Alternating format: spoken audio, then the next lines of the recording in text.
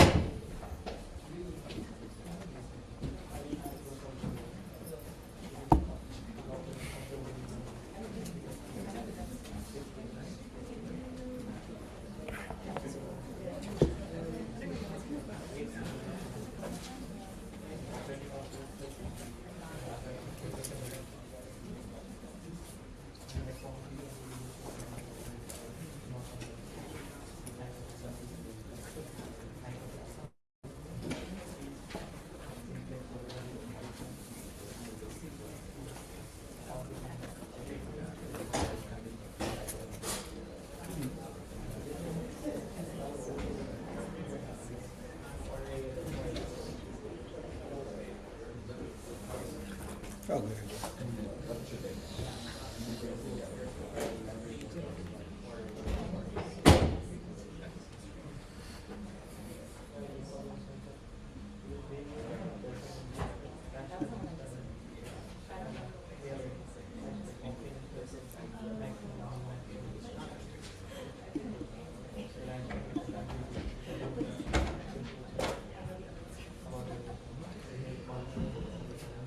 Okay.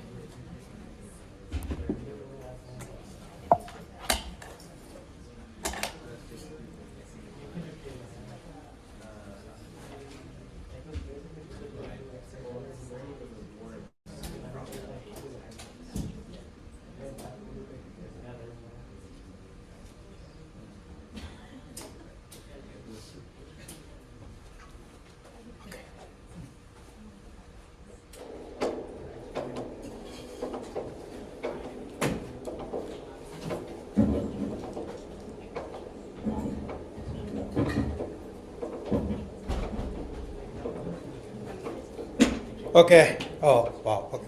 Fine. So, the heck is this?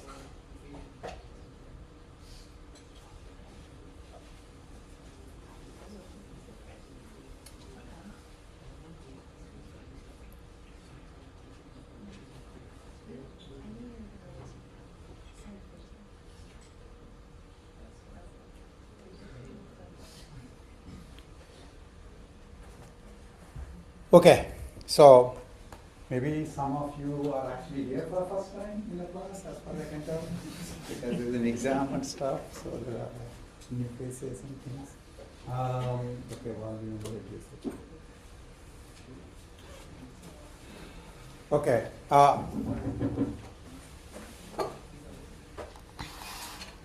So, the topic today is going to be human-aware planning. That's what we're going to start with. This is explanations and making explainable planning.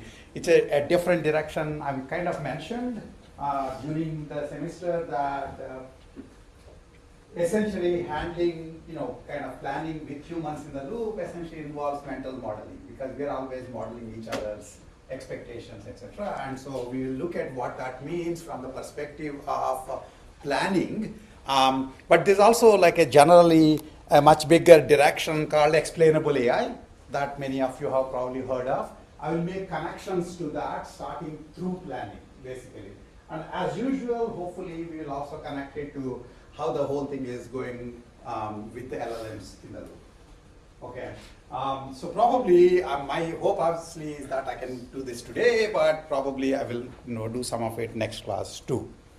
Okay, but before getting there, as you kind of can see, basically we have just 3 classes left.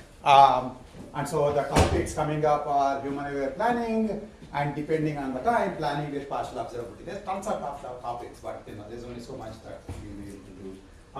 Those are the 3 classes. And then, as I mentioned already, there's a whole bunch that happened. This would have been the worst week to not look at the piazza. So woe be unto them who haven't looked at the piazza this week, because just so many things that happened.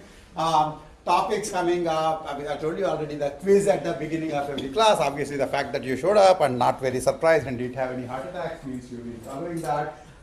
So today's quiz on lectures 10, 11, and 12. Next quiz will be on 6, 7, 8, 9. And the final quiz will be 1, 2, 3, 4, 5. So it's like basically, if there were more days, then I could have increased the number of lectures per exam. So this is the usual, put the lobster in the water and slowly boil it.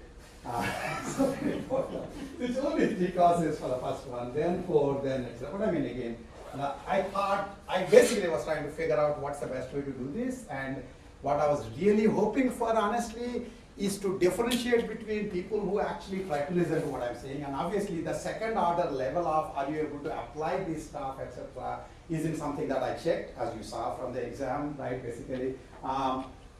I was just trying to see whether people are even paying attention, because some people were like, busily doing their laptops multiple times, and they could possibly have done this thing. So I was just I thought it's reasonable to have that as part of the input for your grade, right? Because that's what I was asking you to show up, and so there's attendance and there's this too. So anyway, that's about the quizzes. The next quiz, as I said, is 6, 7, 8, 9, and the final quiz will be 1, 2, 3, 4, 5. Okay. And there's basically those 3 classes. Then Upasana sent a message to type 2 project people. How many people are doing type 2? Raise your hands. Please raise your hands. Okay. So the type 2 people, basically, their project videos are due by Earth Day. So there's no project printouts because it's Earth Day, 4/22. And then those are due on this thing, and then basically very quickly assign each other to look at the video so that you'll actually have somebody, a peer review. By the way, the peer review essentially means that, people who are in the same level as you are looking at what you're doing. So that basically you have to get this done by 4/22, and then they will give you like the assignment about who is supposed to watch whose video. Each of you will probably watch like 3 videos and then have to write a review. This is only for people who are doing type 2. Okay, type 2 people basically have to deal with this stuff. Type 1 people are in a different situation. So that's about that for the type project. Type 1 project, project presentations are due during the final exam period. And everybody is required to come, because final exam period is part of the contact hours. So there would be attendance. So even if you're doing type 2, you still have to show up for the type 1 project presentation. I mean, if you don't, then it will be considered as missing the class, essentially. Okay. So in general, the point is that type 1 is supposed to be the most serious one. Basically people would have actually had to do stuff and so on. And so they will be given chance to actually talk. I mean, if I had any sense, I would have basically made you talk to each other from the beginning of the semester so that I could have more rest. But this you will do only on the final exam day. That's it. And then and you also get a little bit extra time, basically. So it would be 2:30 to 4:20 p.m. in Core 199. Remember that the final exam is not in this room, right? So you have to show up there, and I will go early and try to set up, make sure that we have to be able to connect, etc. We'll figure out what's the easiest way to shift between projects, etc. How many people are doing type 1 projects? Oh, okay, we're in big trouble. Okay, but again, it's like 1 presentation per group, essentially. That's basically what it is. And we may well even have to figure out other things because we have so many, because there is only 1.5 hours, no, close to 2 hours, 1 hour, 50 minutes is basically what we have. Anyway, that's about that. And then let me also say that for type 1 projects, there is a report, there is a slide, there will be a presentation, there will also be report. And it's fine with me if you use, I guess I'm really not looking over your shoulder as to whether you're using Claude to code. That's completely fine, but you can also use Claude to make your presentations. I don't care, and you can also use Claude to make help write your this thing. But I will act as if you are the final this thing. So if it made up stuff, then you still are responsible. Okay, that's the idea. So I'm not saying you can't use those things. I mean, I didn't say anything. I mean, but I should mention that. For the type 2 people, Sora project has been cancelled, so you have to make your video with your own face, right? Because you can't just generate a video out of thin air. As I said, remember all the videos that the type 2 projects have must have their face talking. You see what I'm saying? Because I know that videos can be made without you being involved at all. So type 2 already is kind of less work to some extent, depending on how seriously you take it. So that's the thing for which is that. Okay. And then pretty much the only other thing that is, required between now and the end of the semester is there is a thing, I'll send a message about this. I usually ask people to write semester reflections, not about how great the instructor is. That stuff you can do separately. There is a separate evaluation for that. That's completely anonymous. This one will be under your name, and I will send you basically write 5 things that appeal to you, 5 things that you should have spent more time on, all that stuff. Basically, I will give you, I do this every semester, and that would be sort of the collective wisdom that the class got to some extent. Okay, so that would be pretty much the only other thing that would be due between now and basically the end of the semester. The rest are basically doing these quizzes and doing your projects. Any questions? Yes. If you do subpar in one of the quizzes, can you make up for it in the project or vice versa? It's a different story altogether. I mean, again, my point is basically that I use this all as features and make up a grade out of figure, right? And I've been here for 34 years. Nobody has yet sued me. So, right? So essentially, that's just the way the world is. I mean, no. Again, I understand that these are all things that people don't know what to say, but everything important in the world is subjective. Everything important in the world is subjective. Please understand that. Nobel Prizes are subjective. Right? This business about rubric, imagine having a rubric for Nobel Prize. Like they must have written 17 papers, there should be at least 18 citations per paper. That's all nonsense. Right? Ultimately, anything important is subjective, right? And so you give information to back your track record, and then you assume that the person giving you the grade will take those kinds of things into account. This is why I never do 95 and above is A, 83.75 and below is C, etc.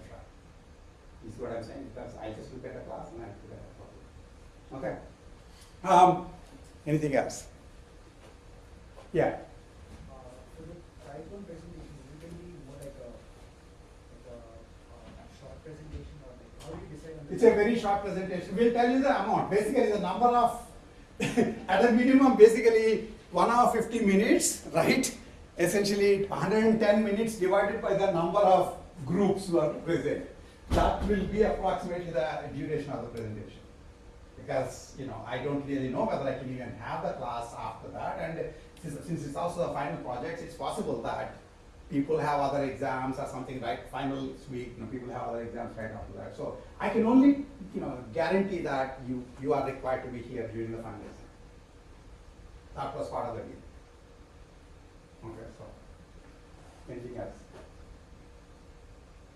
I mean, think of presentation part as it's like, again, as I'm saying, I don't like to just students talk to other students and waste their time. So if you did type 1 project, generally, unless we had any reason to believe that you didn't do a good job at all or something, which actually you probably very hard to figure out before that, I think you earned the right to talk about what it is that you did. That's it. So think of it as essentially some sort of an affirmation of the fact that you spend that time. Okay. Any other questions? Okay, so that's about the thing. I think I mentioned all the other stuff. So what happened to this? Yeah. Okay, so one thing, the guy whose papers on LLMs and planning that you read lots and lots of times during the semester, maybe the LLM modulo was also there, Karthik Valimikam. He basically got one of the awards for the PhD, Dean's PhD Distinguished Dissertation Awards. So I thought, at least I'm not making you read stuff by people who are not actually doing anything. So it's kind of fun to know that.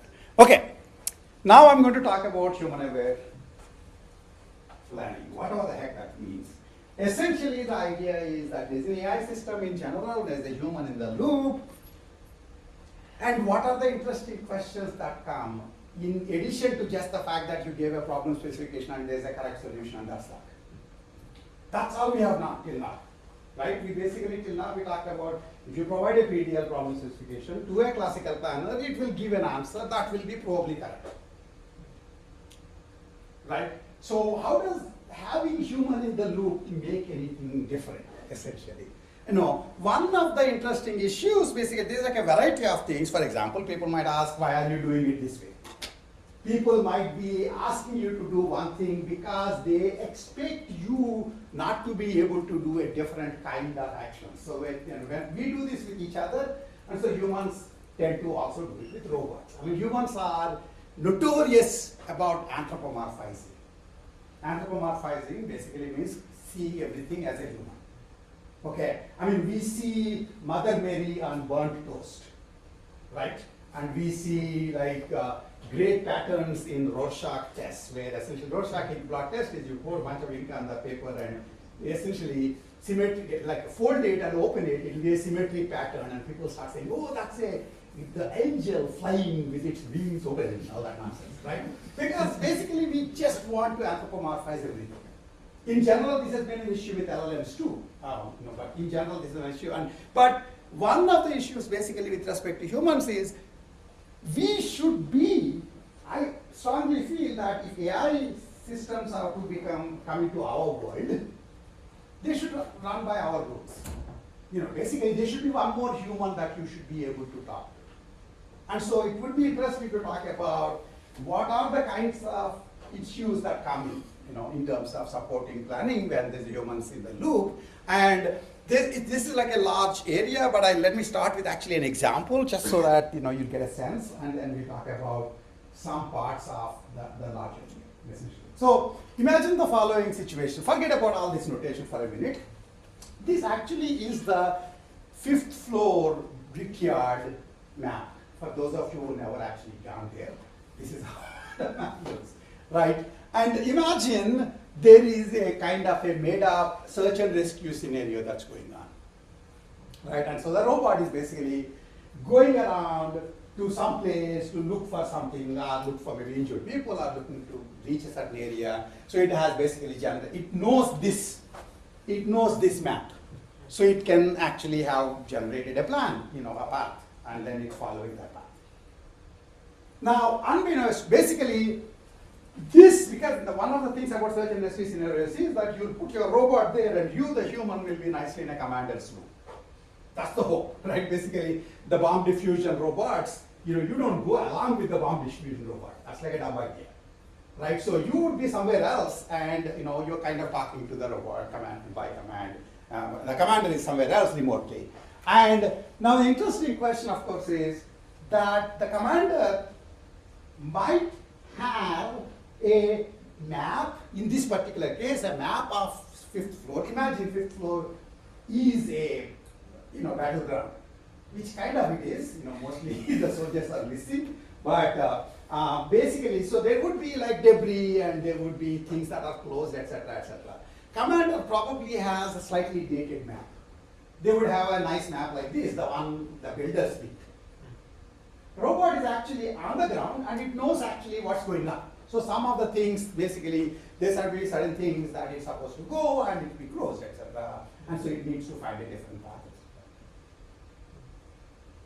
You see what I'm saying? Now, you start seeing this issue that human has a model of the problem. They know what, basically they ask the robot to go kind of rescue somebody in some particular goal state. The robot basically has a different map of the environment because it's actually seeing what is, it's actually executing in the world. These maps could be different. Because of which, what might happen is what a human expects the robot to be doing is not what the robot is actually doing.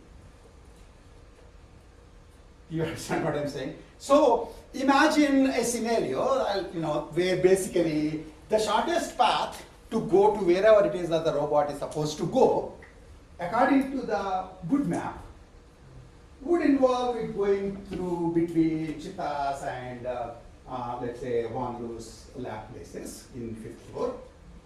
But that has been bombed. Maybe I was in charge. Okay, so that thing is gone. So the robot can't go through that. You understand what I'm saying? So, but this poor guy doesn't know. What is the robot supposed to do there? Stop. What? Stop. What do you stop means what?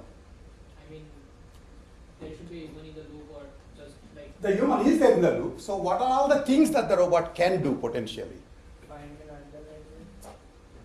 alternative. So imagine, so let's think about the various alternatives. Right? One is find an alternative plan. Right? So one of the things is sometimes the commander might be very surprised that you're going off in a different direction.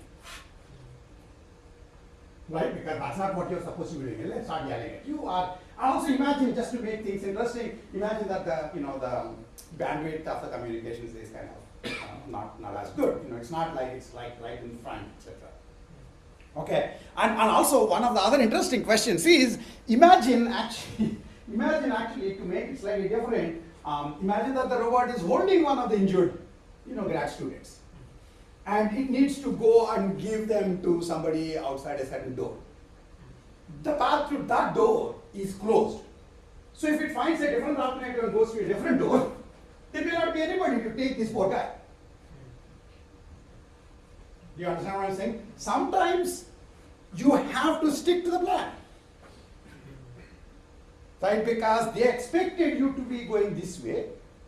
And so you may have to kind of, and if you're not communicating, what you have to do is try to stick to the old plan as much as possible. Trying to stick to an old plan when the map has changed is actually costly for you. In the general, life would not require people to, so let's actually get to that in a minute. Okay, so one idea is essentially somehow try to stick to what you are going to do anyway, despite this problem, right? So let's see if we can. The only robot demo that I'll show you in this entire class is this. So that is actually in 5th floor. And so it's apparently going, and it found there's a huge obstacle because there's debris, right? And so it can't go there. So what it does, it actually removes the debris in this case. It removes the debris, cleans the path, and goes to the path. If you do that, the commander is happy. In fact, I think men among you know this, that if you do what people expect you to do, you never have to talk at all. You see what I'm saying? Talking is so hard, supposedly, that you don't want to talk at all, then you just do what people expect you to do. But it depends on which is harder for you. Doing, conforming to other people's expectations, or just explaining why you cannot do that. And I'm already kind of giving you the second alternative, which basically is an alternative would have been you can't. In this alternative, it's basically yelling at the top of the voice saying the path from C7 to B8 The path from B1 to B8 is not and clear. it's going up and it's This is the explanation. This is telling the commander basically some useful part about how the map changed. And once the commander basically puts that information into their map, they too can realize that the second best path is what it is doing. Do you understand what I'm saying? Right? So this actually tells you, this is first of all, this is a different way of dealing with the same situation. The first one I would call explicable behavior. Explicable behavior is doing what people expect you to do. The other is explanation, doing what you want to do and give them a reason as to why you're not doing what they want you to do. Now, in general, the question about explanation is, there's this issue of what is the definition of an explanation. I would argue that the definition of the explanation is changing other people's model of your situation. The reason people are expecting random things, such as I wanted you to do 8 exams and 15 papers and 39, like whatever, piazza posts, is because I feel that A, you are superhuman, and B, you have no life. And so you could do it, in which case you'll get a good grade. Or you can start complaining, writing letters to explanation instead of to me, you can do it to Ross. Send mails to Ross saying, what the heck is this guy doing? Doesn't he realize that there's only 24 hours and I have other things to do? That's explanation. When you're doing explanation, you're trying to change the other's model of you. Where when we say model, in the case of planning, your initial state, your goals, what you think is the goal state, what you think is the transition dynamics of the world that you are in. Right? I mean, I'm talking about English as well as actual technical meanings in this case. So in a second, we will start talking about VDL models, actually. Okay? But this, and first of all, this stuff is implemented, the way in this particular case, the demo was implemented, the behavior produced in the demo was implemented with respect to essentially this idea of either explicable planning versus explanation. And one of the things I hope you will get at the minimum is how do agents generate explicable behavior so that people around them are not surprised. Right? And if they can't generate explicable behavior, how do they provide an explanation? And one of the things we'll talk about basically is both of these have interesting set of trade-offs. Explicable, doing what people want done can be very costly for you. It may not be the optimal plan for you at all. And how much are you going to go away from your optimal plan just to make somebody else happy? Again, I'm talking about happy part in terms of as if it's normal life, but you can also talk about, am I going to actually have an explanation with the commander, or show what they expect, or give an explanation? And the point you can always say is, why can't just basically when they talk to the commander? Sometimes it might be possible. Like, imagine you have a rover on Mars. It just says, hey, I'm about to fall into a ditch. 8 minutes later, at the speed of light, it comes to Houston, saying, it's about to fall into a ditch. Then they say, don't. 8 minutes later, it will go there. That's no good. You understand what I'm saying? Communication that you take for granted isn't always there. In general, this opens up a whole entire set of issues, but of both explicability and explanation. And in fact, by the way, this is really a continuum. You could do everything that people expect you to do, or you could just keep giving excuses, which is the explanation, saying, why is it so hard to do this project? Why is it so hard to do this particular thing, etc. Or you play the middle game. Give some excuses and do some of it. So you can combine explicability and explanations. Right? Not surprisingly, actually, that's also possible, and there's a lot of interesting work there. But I'll just mostly get you to understand how to generate explicable behavior, what does it mean to provide explanations in today's class, and then tell you where else the rest of the other stuff is. But one thing you probably recognize by now is explicability and explanation is a game of mental models. It's a game of mental models. Like if you are the robot, right, essentially you are trying to figure out what does human want? What does human think I can do? Right? What does human think I can do? And you have to manage these models. And management of mental models, what does it take for an AI agent to show explainable behavior in the presence of human agents in general, even if you don't care about PDL planning? The simplest answer, the most general answer is managing mental models. You need to know what other people are expecting of you. You need to know what other people want done and what do they expect your capabilities are. Okay? And interestingly, how many of you have heard of Salian game? Salian paradox, okay? So it's not a paradox, let me just say for the rest of the people, it's like very important thing that, so in this case, essentially, so Sally comes in, and then, so Sally, there's Anne, Sally is in the red shirt and Anne is the blue shirt. Sally first, you're all sitting here. This entire class is witness to this crazy event that's about to happen. Okay, so Sally comes in, put the ball in the yellow box and leaves. After she leaves the room, Anne takes the ball from the yellow box, puts it in the gray box. Right? Now, crescendo music, Sally comes in. The question to you, the observers, the wise observers, where would Sally look for her ball? If you're having trouble, you are one of the people who have trouble dealing with people. You understand what I'm saying? Interestingly, it's one of those things where I won't give the answer, and because that evolutionarily you would probably not be here if you had trouble figuring it out. But interestingly, when kids are born, there are psychological studies showing that when the kids come into this world, in the beginning they don't even realize, infants don't even realize that their body ends and other people's bodies begin. They think this is all a big kumbaya connected mass. Again, it's very, very hard to interview kids, right, because they don't seem to speak much. But there are interesting, things that people have done.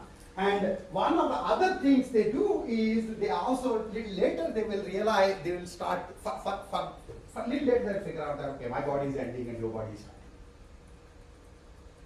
starting. Okay, then they still think that what they like and dislike is universally liked and disliked by other people. You understand what I'm saying? Right? Your likes are the same as everybody else's likes. They will realize that's also not true. And then the last is what they believe, they assume everybody believes. And what they know, they assume everybody knows. You know what I'm saying? And then at some point of time they realize that also is not true, that they can actually know something and know that you don't know it. And that's an extremely important thing. I mentioned this probably in the class, that is the ability to lie. You can't lie, if I cry out loud, if you think everything you know, everybody knows. Right? What are you lying about then? If they already know, what are you lying about? You need to be able to mental model. You need to be able to realize you have knowledge, other people don't have the same exact knowledge. That different people can have different pieces of knowledge about the world. You take this all for granted. You take this for granted. That's why lying is so easy. We're always lying to each other. In fact, without lying, I would say that social fabric will collapse. Right? If somebody says, how do I look? You can never tell the truth. Right? The social fabric will completely collapse. So there are white lies and there are also premeditated lies that will give you material advantage. But lying is just very much part of the thing, and that's why I think I was making the joke that when my son started telling his first lies, I knew that he had a working brain. Because inability to tell lies means you got stuck earlier on. So in fact, to give you a sense of the chronological age, between about 3 and 4 is when kids realize that what they know it can be different from what others know. And that's when they can start lying. You see what I'm saying? You don't play peekaboo with 4-year-olds. There's a good reason. Whereas the small kids, however cute they are, they're kind of dumb. Because you can play peekaboo with them. Right? Think about this. So the ability to model other mental states is something that you get as you get higher levels of intelligence to the master. And social fabric, social interactions depend on the ability to model mental states. For good or bad, cooperation or competition. Do you see what I'm saying? So anyway, in fact, people have done these experiments. I'm not going to even send you a link from on PBS or something, where they will get these 3-year-old kids to come and see this thing, and they will ask, where will Sally look? And most of those kids, if they're sitting here, they might say, well, Sally will look the gray box, because we know it's in the gray box, so she must too. Do you understand what I'm saying? And about 3 to 4 days, like some kind of a transition. It's not a magical specific number, but there is some kind of a transition. They might think a couple of seconds and then give the answer.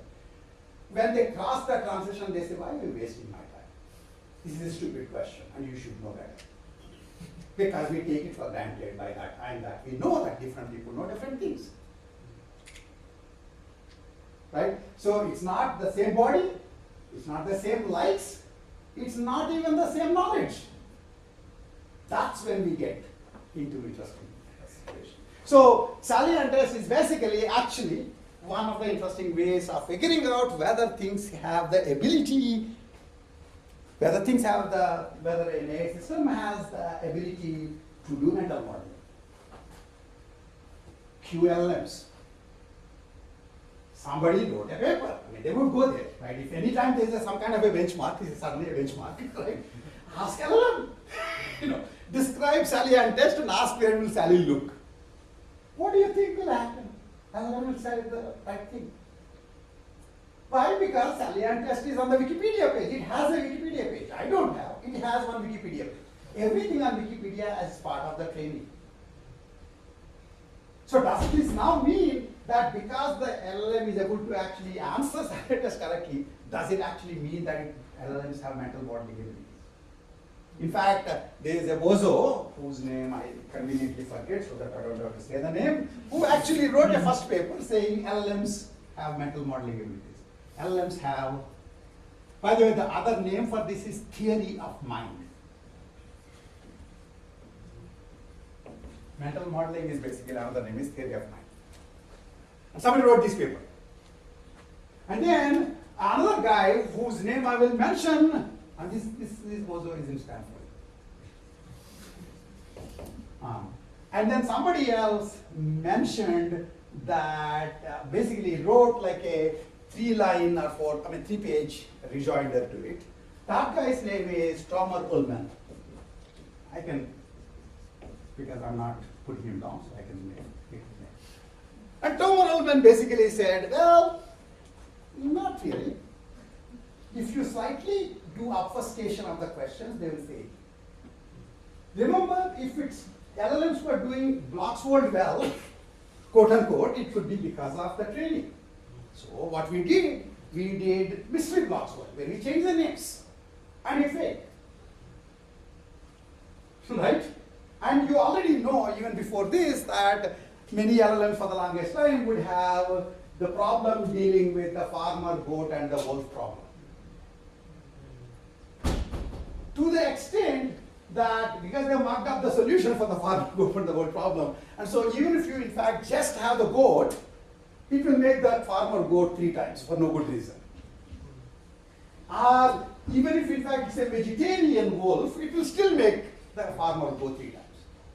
These are the asking diagonalization, asking questions that it possibly couldn't have seen the answers to. So what Tomer did, this is a kind of fun thing to tell you, is salient test, except that the boxes are transparent. I'm assuming you know what happened. Right? LLM, transparency part is just like vegetarian wolf. We should stick to the plant, original plant. See what I'm saying? So he shows a bunch of these examples, and in fact, we have done some additional work in that direction, which I will send you a message. I probably forgot to put this here. It was in one of the longer talks on LLMs that I gave, which basically in HRI 2023 or 4, I don't know. We basically looked at a more systematic evaluation of whether or not LLMs can be said to have theory of mind, and basically what we find basically is that they do if you ask the standard questions. If you perturb the question a little bit, they can fall down. Again, this perturbation, I'm bringing it up because that is another way of figuring out. You guys knew how to answer salient test with, transparent boxes or non-transparent boxes, right? Because you can bring together various pieces, whereas if something that's just sort of doing it from memory to some extent will fail. Do you see what I'm saying? So, sort of the main, the rock of the human AI interaction, or human interaction to some extent, really, what we care now about human AI interaction, is mental modeling. In fact, you would be surprised if you think about it. Most of what you do with humans, other humans, is mental modeling. What do they think of me? What should I be doing to keep them happy? What should I be doing to keep them happy while going behind their back? Right? And so much this is such an obvious thing that you have this. How many of you have seen this particular Friends episode? They don't know that we know, that they know, that we know. You must watch this. It's like, this is sitcom made for people who are basically mentally challenged. But even mentally challenged people can follow this because this is part of being a human. You see what I'm saying? I mean, you guys remember the story where like this, two of the guys are having an affair, but then they're trying to keep it like a secret, but these guys figure out, but then they figure out that these guys figured out, and then it's like, by the way, this makes this interesting question, which is, let's say if there are a number of agents, and there is one fact F. In logic, we normally talk about, is the fact true or false? Is fact true or false? That's all we care about. But if you have agents with knowledge state, things become a lot more interesting, which is, does like A know F?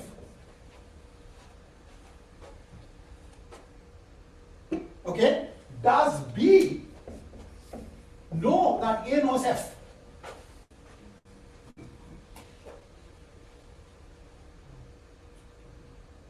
Right? Furthermore, you can nest this forever, essentially. Does B know that A knows that B knows that no, F?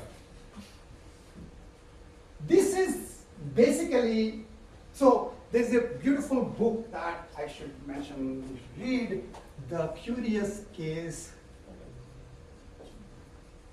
of Dog in the Night. How many of you heard of this book? Yes, okay, good. So that was a lovely book about an autistic boy.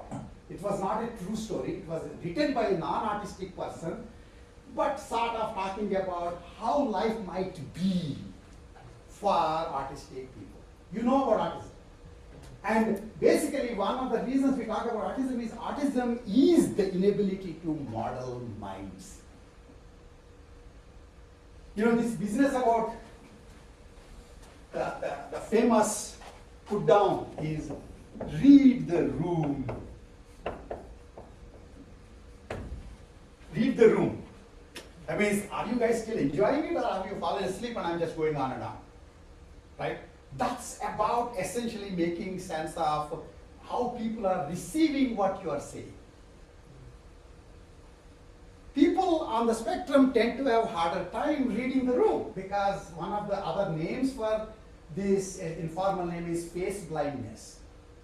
They can't quite read from your facial expressions whether you are enjoying what they are telling you, whether you're bored to death, etc., etc. But this also actually, one of the other things about it is, it's not just the face blindness, the other part is they don't actually know how to tell lies, weirdly enough. And this is like a lovely statement that I keep repeating to everybody, that this boy says, how does one decide which lie to tell? At any given point of time, something happened, 1 trillion things didn't happen. If you're going to lie, which of the 1 trillion things that did happen are you going to pick? That's a humongously cerebral exercise. But you guys have no trouble lying because you know exactly goal directed. I want Rao to give me extension on the exam. So telling him about the Gaza war situation is not going to help. Telling him about how my dog ate my homework might help. Do you see what I'm saying? So telling lies is actually involves such to some extent. Figuring out what would be the right kind of a lie to tell in this particular case. That's again mental modeling. Okay? And so be careful what you wish for. On one hand, I'm about to tell you how to get the AI systems to have the mental modeling capabilities. But then if they have the mental modeling capabilities, they can use that to tell you lies and manipulate you, which they're doing already right now. So you might say they should never do that. But the problem is we don't know how to work with things or people who don't know how to mental model. You see what I'm saying? They'll become tools, they won't become teammates. And so in some sense you have to understand how to deal with mental modeling. Because mental modeling is required for cooperation. It might also be used to kind of plot against you, but that's the breaks you get. Right? If your kid never tells you a lie, then obviously you can believe everything they say. But then that also means that they have a slightly smaller brain. A couple of pieces are missing. Again, that's why I said this, I guess. I'm sure I said this in the class, and I say it all the time, that integrity is knowing that you can cheat and choosing not to. Right? If in this day and age, you don't know that you can prompt the Rav's questions to Claude and he'll give you the answers, that's sad for you. I feel sorry for you. You should know that you could do it, but you choose whether or not to do it. That's a very big difference. And if you already actually don't have any brain, then you obviously won't know that there's a Claude thing going on. Anyway, so yeah, that's that show. Okay, so one of the funny things basically is about 4 or 5 years back, if I was teaching this class, I would have mostly spent time talking about this part of the course, because that was my group's work. Mostly about human-AI interaction. Okay, and there's a bunch of things that, in fact, in particular, we have this book. This is actually available on the archive freely, and I actually put a link to it also on the class page. That's that of things like human AI agent, the relationship explanations, what are the dimensions of explanations, and how do you talk about what is interpretable versus not interpretable, how do you generate explicable behavior, how do you generate legible behavior. Remember I used the word legible last time when I said I can walk towards like this, and you would say Rao is walking towards this guy. But if I'm trying to be obfuscatory, I would walk towards like this, and then last minute turn, and like that. Turkish ice cream guy. Remember I said this, and that's all basically about this topic, right? Legible behavior, and then explanations themselves. One of the other big points that we'll talk a little bit more about today is explanations themselves are changing other people's model of you. That's what an explanation is. It's a very weird way of thinking, but that's what it really is. You have to change the other person's mental model of you. Okay? And then how do you get that, learn these models? How do you kind of combine communication and behavior? Remember I said sometimes you do a little bit of explicability and little bit of explanation. So give some excuses and do some things that you are supposed to require. You see what I'm saying? And that would be kind of combining both explainability and explanation. And then one of the other big things that I hopefully do want to talk a little bit about is how do you provide explanations when there's a vocabulary mismatch? Right? It's one thing, we both speak English or whatever language that we both speak, but you have different knowledge than I do, and I'm trying to correct it. But if you are a deep RL system which thinks in pixel space, and you the AI agent, and me the human looks at the Atari world and doesn't see pixels at all. It basically is, I see like actual objects, and you try to avoid certain things or go through certain doors, all this stuff. So I would be saying you're doing wrong at this higher level, but you are doing at the things at the lower level.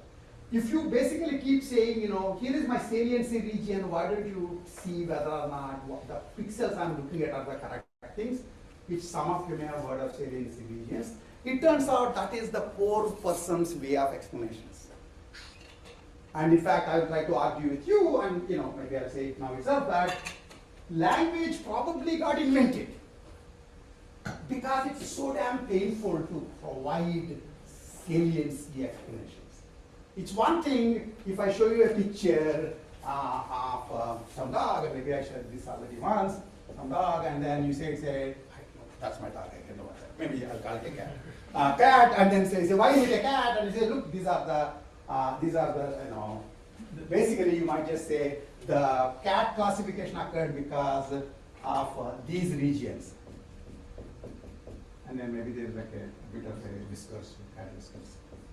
And so I'll just put those regions. That's the saliency region. Right? So the part of the pixels that gave the most weight to the final classification were those, and I show it to you. And you will feel good. Right? People basically talk about this. But the point, of course, is this makes sense if there is no common language other than the pixels that both of us are looking at. Right? And this doesn't scale at all if you ask questions about that are temporal, such as, for example, why did you come at, come later than 1:30 today, Rao? You would ask that question. Right? How exactly do I explain this? I mean, I'll obviously explain it because we are symbolic beings. I'll just say, of course, my TAs are here anyway, they're going to run the thing. I didn't want to stare at your faces when you're doing the exam, so I can wait. If I want to show a saliency region, I need to give this space-time tube of video of my life and say, see. That's an extremely, extremely impoverished way of trying to explain it. The saliency regions make sense because you're thinking of at least one two-dimensional picture. But saliency regions over videos, all that's around. So maybe essentially if I were to rewrite the history, I would just say that maybe the cave people for a while were showing saliency regions, pointing explanations, this. And then at some point of time, they were realizing that when somebody was asking, why the heck did you not show up on time? I don't know exactly how they asked that question without language.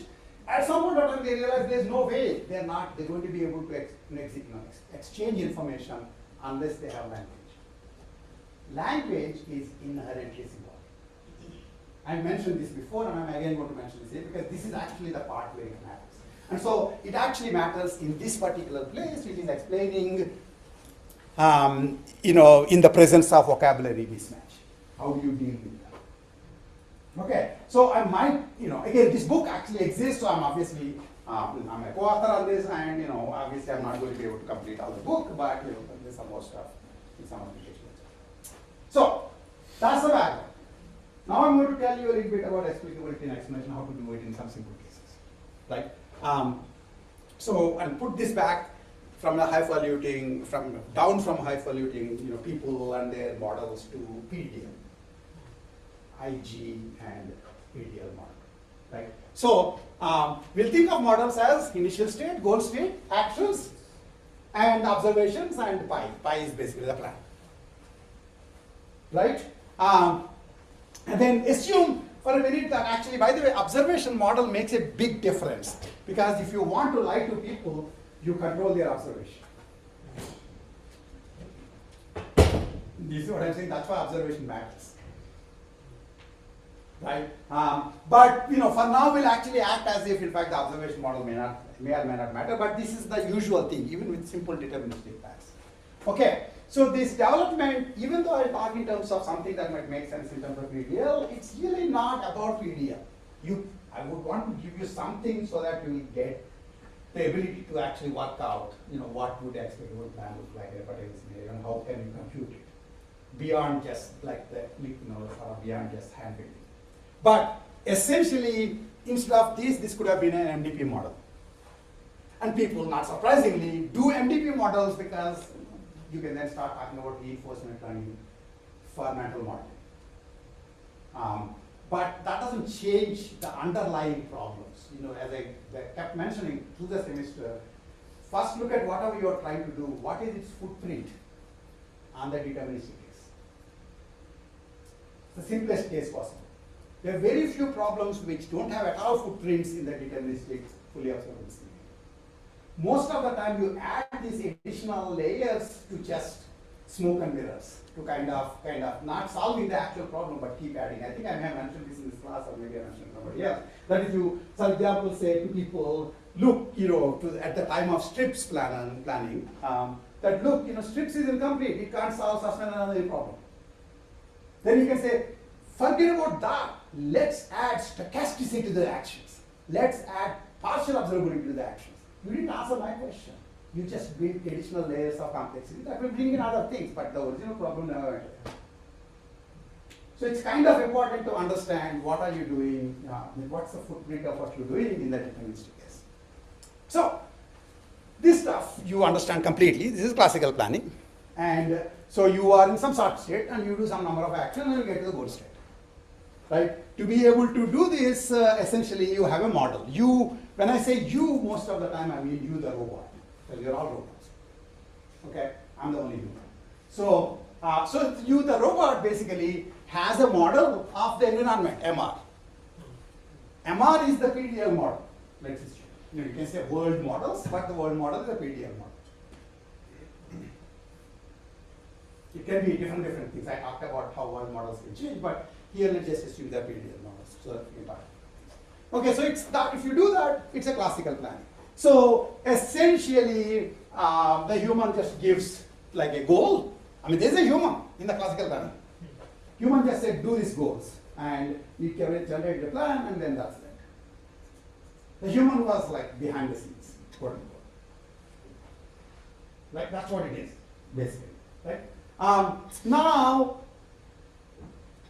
the point is, the moment there is a human in the loop, the robot should be able to see that the human might actually have a different model. So I call the MR is the robot's model of the task. What are the actions, what are the preconditions, what are the costs of the actions, all that stuff.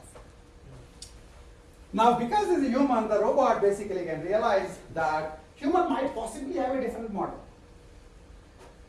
Right? Without loss of generality, I can call the human essentially has a model of the task, which is MH. If MH is equal to MR, then it's great. Basically, what robot sees, the human sees. So there is much less reason for surprise. Right? MH is not equal to MR in even the simple commander case, because there is a part of the map that the commander thought was clear, but the robot knows that it wasn't. So I call it MH, and if the special case MH is equal to MR, but in the general case MH could be different. Right? Now, robot basically, to be able to work with this human, should have an approximation of human's model. Right? And I will call this MHR. So what does robot think human wants? Right? And in general, if it has MHR, then you can use MHR to figure out where might the human need assistance. Where might they be going so that I can avoid them, etc., etc. Do you understand what I'm saying? Because I know now what's going on, what their goals and what their model of the world is, I, the robot. So I can take that into consideration to figure out this whole notion of anticipatory goals. The human doesn't say what they really wanted yet, but you kind of realize that they will want this. You see what I'm saying? That's basically MHR. And so using the MHR. And there's a ton of ways of using MHR. So for example, these are some more of the fun demos. Those were the days when we used to have demos. Now we just basically buy the GPU time, and then it's like boring stuff. There's nothing to show. But so these demos basically, these are all the ones with respect to how does the robot get a sense of humans' goals and humans' goals and humans' model, parts of the mental model. And you can do it either by just the gaze detection, or you can kind of provide something little less than neural link.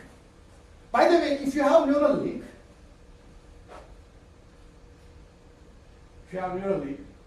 then all these problems are solved. But it will be a world that I don't want to be. You see what I'm saying? Because everything I know, everybody knows. By the way, how many of you have seen one more great movie? What is the movie I might be talking about? Let's see. Let me see if you can anticipate. Yes. Upgrade? What? Upgrade? Upgrade? No, I haven't even seen that. Maybe it's a great movie, but yeah. What? Lucy? No, Lucy is a useless movie, but it's good. I mean, think about what I'm trying to say. That if you have the neural link somehow, like basically this issue of managing the memories. So imagine the following situation. Let me give you a little bit of a hint, and then maybe if you have seen movies, then you'll know. Yeah, what are you trying to say? Not yet. No, not yet. Not yet. So the thing basically is, imagine in a world where neural link is like built in for you. How are you going to make sure that other people don't know what you know? How do you lie in a world where neural link is there? And you might say, I don't want to be in a world where there's no lying. And you would start say, that's because you're a brain dead person. You don't want to have a good life. Actually, having a normal human life is the ability to tell you what I want to tell you. I shouldn't have to tell you everything. So, what movie? The Giver? What women want? No. What? No. My God, Avatar? The Giver? No, you said Giver. Doesn't become any better. What? Inception is a great movie, but it's not about this at all. Yes. Minority Report. What? Minority Report. Minority Report is not, it's kind of maybe that Daniel Stephen. No. Here. Eternal sunshine of a spotless mind. How many of you have seen this movie? So obviously it didn't make any sense to you. Right? The whole point of Eternal Sunshine of Spotless Mind is amazingly connected, right? Because this woman, I can tell you at least the top level thing, it's still worth watching the movie. I mean, this woman basically, in a future world, the woman basically breaks up with her boyfriend and wants to forget all the memories. So then she basically has a surgery, a brain surgery, which can surgically remove what memories. Then later on, at some point of time, if she wants to get back those memories, how would she do it? That's kind of the interesting part, essentially. This is very, very interesting movie. So this sort of gives you an idea of, if everybody can read your mind, how do you store memories without them being able to read? I mean, of course, it's a movie, so it has to take some artistic liberties. But man, I mean, that's way better than this. So if you're spending time, spend time with those kinds of things. Okay, so anyway, so the basic point is that if you have neural link, then all of these are off. But if you have something close to neural link, such as a small number of things that you keep on your face, etc., on your head, etc., so that your gaze can be detected, that can make things easier for the robots. We normally don't even have that. I can just basically look at your face. This is why this whole issue of poker face comes. Poker face is being able to make sure that your face doesn't instinctively reflect what you are actually feeling or thinking. So that thing is cut off, basically. Right? Anyway, so this sort of a stuff, intention recognition, can be understood because intentions are humans' intentions. And if you know what the humans are trying to do, you can help them. If not, you are going to be a nuisance. Intention recognition will basically MHR. You see what I'm saying? And then you can even do your own intention projection. If you don't know how to speak language, then basically you can project your intentions by essentially in some sort of a pixelated, like a pictorial form, because everybody, the humans and the robots, will basically share the pictures. The pixels are always common. Okay, so the papers, there are all papers on all of these things from our group. I know this is like IRAS 2018, and then so that's sort of the thing. But that's not even the interesting part I want to talk about. If you have MHR, you already can do this. So when you are actually talking about anticipating the next move of a human, you have an idea of what the MHR means. Maybe partial, but you have an idea. The next thing is, we were talking about robot approximating humans model. More interesting part is humans are definitely going to approximate robots model. Because humans are always trying to approximate what other people's models are. That's just their thing, that you can't not do it. So if in fact MR is the robot's model, then the human must probably think that the robot's model is MRH. This doesn't make MRH must be different from MR. All I'm saying is MRH can be different from MR. If it is exactly equal, that's a very special case, where the human has the exact knowledge about the robot's model. Right? Otherwise, it's an MRH. So basically, they might think, oh, it has the ability, it has some superhuman abilities, or it can basically lift a weight that it turns out that the robot doesn't have the ability to lift, all these kinds of things. Right? So that's MRH. Now, the robot now has to figure out, because one of the things about human-robot interaction is who are we controlling? We, the computer scientists, are the AI people. Who are we going to control? What's the controllable variable? Robots. Right? Humans anyway will try to somehow get used to random things.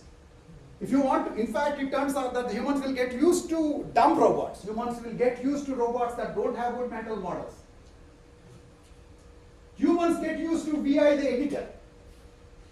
Right? They'll get used to anything. Right? They're extremely good at adapting. But the important thing is to make it easier for them. That's the whole point. The first blush itself, it should be easy for them to interact with the robot. And so the question is, the robot, unlike the human, didn't care about what the robot thought about him. Maybe it did, but I didn't talk about it. Okay, but the robot certainly has to have an approximation of what the human thinks about it, its model. That's MRH approximation. And so then this brings into a possibility that the robot knows what its model is, what is the optimal plan with respect to its model. It also knows what, according to it, what its approximation of what the human thinks the problem and its abilities are. So it knows what is the correct plan according to that model. And if your plan is different from that plan, then you know that the human would be surprised. You understand what I'm saying? There can be a plan pi that is optimal with respect to MR, but it's probably not likely to be optimal with respect to MRH, approximate version of MRH. The one that is actually correct with respect to MRH may be too costly for the robot. That's your explainability. You already basically now have, you can write it as a simple planning problem where instead of just dealing with your own pre-deal model, you have one model that is yours, that's the one that is going to be used to execute, and another model that you think the human has about you, and you can see how far from their expectation is the plan that you're generating. You see what I'm saying? One important thing to understand is both MHR and MRH are expectations on the models. Right? They are expectations on the models. What the robot thinks the human's intentions are. And similarly, what the robot thinks the human thinks its capabilities are. These don't have to be executable, really. Sometimes from the beginning we actually act as if they are also pre-real models. But they don't actually have to be executable. Those models can be used. Suppose I'm considering plan 1 or plan 2. Me, the robot, is considering plan 1 or plan 2. Right? And I would think that the human's expectation of me is closer to plan 2 than plan 1. Then I'll do plan 2 if I want to keep the human happy. Do you understand what I'm saying? It has nothing to do with actual physical execution of the plan. It may very well be that plan 2 is costlier than plan 1. But it makes the human happy. Whoever, obviously in the picture that we already saw last time, right, basically this robot going through, stopping, making a digression and removing the obstacles and then going through that particular rubble field, the corridor between Juan and Chita's labs, that's very costly for the robot. It did it just to impress the human so that they don't have to be surprised. Do you see what I'm saying? I mean, explicable behavior is you coming with blood pouring out of your head and sitting in the front seat and listening to the class. Because Rav expects that. Let's not question what Rav expects. If you want to make Rav happy, just do that. Explanations is, the dog just bit me, and an email or something. And there is a spectrum in between. Okay? Yes? What's the difference between MHR and MRH? MHR is, MH is the human's model. MHR is what the robot thinks human's model is. The superscripts are the owner of the model. The subscripts are somebody else approximating that. So in the very beginning, there's just MR, which is the robot's model of the task, which is all you knew in the classical planning. Then MH, which is the human's model, which might involve what sort of goals is human going to ask me, what sort of places might they be going. So in fact, one of the things about human-aware robotics essentially, for example, is try to vacuum the rooms that the humans won't be in at that particular point of time. Because you have an expectation as to when the humans will be in what rooms. And so if you generated that expectation, you have an MHR. And so you'll say that, oh, during the daytime they are supposed to go to school, so I will just do this vacuuming with major noise and they won't be worried. In the night, if you do it, it's because you hate the human. You want to ignore. Do you understand what I'm saying? So that's basically the point. That's basically the point, right? And so MHR and so did that answer your question? It does, but what about why isn't it switched for the approximating one? Like the one in the top, isn't that the robot's interpretation? Yes, as I said, I was just mentioning that I don't care about what human thinks about the robot because I'm not controlling the robot. I'm not controlling the human. So it is symmetric. It is indeed the case that the human also has an approximation of MHR. But what am I going to do with this knowledge? Because I don't know how to control humans. I'm an AI guy. I control robots, not humans. In the human AI interaction, it's the AI that is controllable variable. If you want to control humans, then you need to be an authoritarian regime. Essentially. I mean, why not just say, one way of making sure that basically Wemos could have started, going on the roads forever from the very beginning, is to essentially say, guys, none of you get onto the roads, only the Wemos get to be on the roads. And if I'm an authoritarian, I can say that, and then I'm controlling the humans so that robots will have a good time. In fact, there is a joke that I say that, one of my good friends, Manuela Veloso, who actually was a roboticist, and she used to be very interested in this robo soccer, which some of you may have heard of. She started that, and she was like such a robot fanatic that she'll go into a room, and then if it has steps, it's how are poor robots supposed to go here? I was thinking, these rooms are for us, not for robots. You should be worried about what are humans going to do, not the robot. But she's like one of she's basically thinking for the robots. Right? I mean, she likes the robots. I don't care. I just care about us. You see what I'm saying? So in general, the reason the MHR approximation is not being talked about, it's not that you can't talk about it, but I'm not talking about it because that's not what I want to control. I want to control robots' behavior. Okay, one of the very funny things is humans already do this as a matter of course. Did I tell you about when I first came to US? I think I may have told you this story. I don't know. These are, by the way, the reason most of the time I ask, did I tell you this story already? Is because there is one single story, yes. But how many people know this story? How many people have I told this story? How many people care to remember the story? This complicates the matters. The same story, it's not just if there are two stories and 10 million people, then you are in a huge big problem. By the way, I forgot, one of the reasons I was writing this is in all these cases, we talk about the notion of, I'll come back to that, common knowledge. Whenever you talk about multiple agents with different minds, you talk about common knowledge. What does common knowledge mean? I mean, kind of think that, everyone knows it. That's not that enough. Everybody knows it.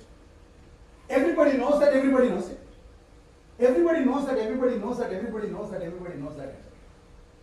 It's all there. That's common knowledge. Do you understand what I'm saying? Because if there is a failure in terms of at some level of nesting, then that Friends episode can happen. You can essentially take any kind of asymmetry in the knowledge and use it to your advantage. Do you understand what I'm saying? The other version of this is arbitrage opportunity.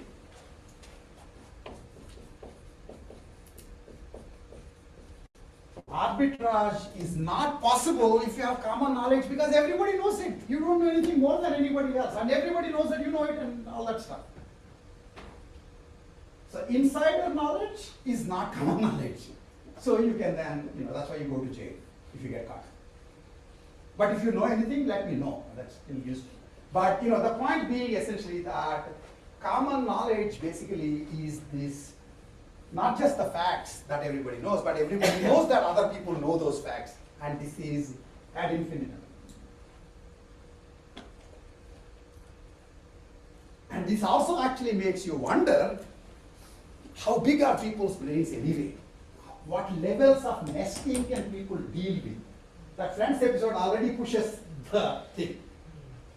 It's kind of very interesting that episode is actually fun to watch from this perspective. I'll send you probably the link to it.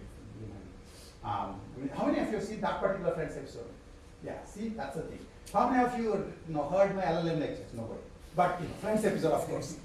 right? So somehow I need to generate my parallel lectures into them. But anyway, so the point basically is that the infinite regress, it's kind of psychological studies say that people go up to 2.5 levels, something like that, approximately 2.5 levels.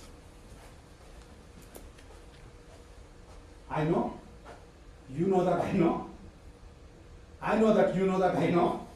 Those are all the levels, and at some point when it starts, 2.5 is already, it's 2 levels right now. So that's the level at which basically people stop. By the way, one other thing, these are all connected. Even though we are talking about explicable planning with PDL, etc., nothing is ever isolated. And you need to understand the bigger connections. Okay, how many of you have heard of muddy children problem?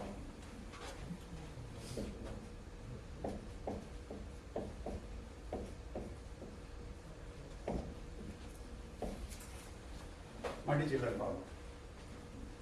Muddy children problem is essentially, there's a group of kids, and essentially one or more of them have mud on their forehead, but they can't see. There is no mirrors, and other kids are not wearing glasses, so you can't see your reflection. Without talking to each other, how do they figure out who has mud on their forehead? You should read that for that. It's a well-known thing, but basically it is at different levels they are figuring out F knows that knows F, etc. That's essentially what is going on. You understand what I'm saying? Okay, fine. So MHR and MRH are expectations on the models, and basically these can be used to kind of label the plans. But in the beginning we'll act as if they're PDL models, but if you're learning them, they can learn them as reference labels. So model differences with the human in the loop cause, already I told you this, that it's not surprising, that two problems. One, of course, because the robot's task model, MR, may differ from the human's expectation of it, which is MRH. MR and MRH are different. Because of which the plan that is optimal in MR may actually be suboptimal or not obvious in MRH. And since the human thinks MRH is actually what the robot's model is, they are surprised. Why are you doing this? Do you understand what I'm saying? Right? And so if the plans that are optimal to the robot may not be so in the human's expectation, because human has this MRH expectation. And so at that point you get inexplicable plans, the plans that are making the human be surprised. Surprise can be pleasant surprise can be bad surprise. But in general, for like day-to-day world, you don't want surprises. Right? You need to be able to essentially, mostly deal with people, the robots whose behavior is as you expect. Suddenly the robots, breaks into a song and dance sequence. It's okay for a day, but I mean, my gosh, it was very painful. By the way, one of the other things I was going to complete that part, is when I first came to US, I was in Pittsburgh and CMU, and I basically, I'm from India, and so to the extent we follow rules at all, basically people walk on the left. So then I will be walking on the left, and I will be, hitting people head on. That's how I made friends in the beginning, in the departments. Right? At some point of time, the people realized that this bozo has come from somewhere else and doesn't understand that we walk on the right side. And so they made an exception. They figured out, approximation of my model and said, when we see Rao, instead of walking on the right, let's walk on the left. This is what humans do if the robot was doing this. But Rao is not a robot. Rao is still quite smart. So when they were doing this, Rao also decided that it looks like these Pittsburgh bozos seem to be walking all the time on the right-hand side. Right? So let's make sure that we also walk on the right-hand side. So I again made some more friends. They're again walking to each other. You understand what I'm saying? The point is humans can't help but adapt to the robot. Humans can't help but adapt to each other. That's how we actually have a society. When we can't, then we have wars, right? So mostly we have a society because we can adapt to each other, right? And so the interesting thing is, you can say none of these are important. If you just leave it, after a while people will get used to it. Do you understand what I'm saying? If in the picture, in that story about Pittsburgh, if it was a robot, not raw, then basically the humans adapted, so I solved the problem for the robot. Robot just keeps going in the same thing, as long as it doesn't keep changing, right? So basically they just get adapted. Do you see what I'm saying? But the point then is, what are we doing this for? It is to avoid humans having to adapt even to robots. It's hard enough that I have to adapt to you guys. Now I have to adapt to robots too. What is the point of having technology that I need to adapt to as against it adapts to me? Do you understand what I'm saying? So I can't assume that you will adapt to me, but I can't assume that. Basically, I have to adapt to people because I can't be sure that they'll adapt to me. But technology, I should design it in such a way that it adapts to us. Right? That was the point. So plans that are optimal to the robot may not be so in humans' expectations, so you get inexplicable plans. The robot then has two options. Right? The two options are conform to the expectations or change them. Right? Conform to the expectations is the explicable plan. Change the expectations is the explanation. That's it. Right? So, you got sick and tired of the Wandu Chitta lab example. So here is a much simpler grid word example. Okay? So this is a grid word. The robot basically thinks this is the map. And it knows that it needs to go to this like first aid kit. So it is assuming that it will go like this. But the human thinks the model of the map is like this. Right? And so they expect the robot to possibly go like this, which is different from that. So they might be thinking, oh, this must be one of those new good robots which can walk through the walls. I'm a little surprised. Do you see what I'm saying? So if robot wants to make sure that the humans are happy, it will do this. That's explicable plan. You're doing what people expect you to do. Right? So as a planning problem, essentially, you are not just looking at the cost of the plan. In optimal planning, you just basically look at the cost of the plan in terms of the number of steps or something. But you want to look at not only the cost of the plan execution, but also how far is it from what the human expects. So a distance function between pi and the optimal plan according to MRH. Do you understand what I'm saying? So if you actually know MRH as a PDL model, you could actually, one way of doing it is, the robot basically solves the problem itself, solves it again with respect to humans model, sees which are, and basically uses that to figure out what plan it should be, the one that is closer to what the human is saying is the optimal. Yes? If the robot has access to the human's interpretation of the model, why does it even need its own model? Which one? No, again, what I'm saying is, I'm sorry, no, I didn't understand what you said. What do you mean? Like, if the robot has access to what the human thinks the model is or what it should do, why? Because first of all, your understanding of other people's models is always incomplete. And the execution model has to be complete. This is actually what I was saying in this part. Yeah, this one.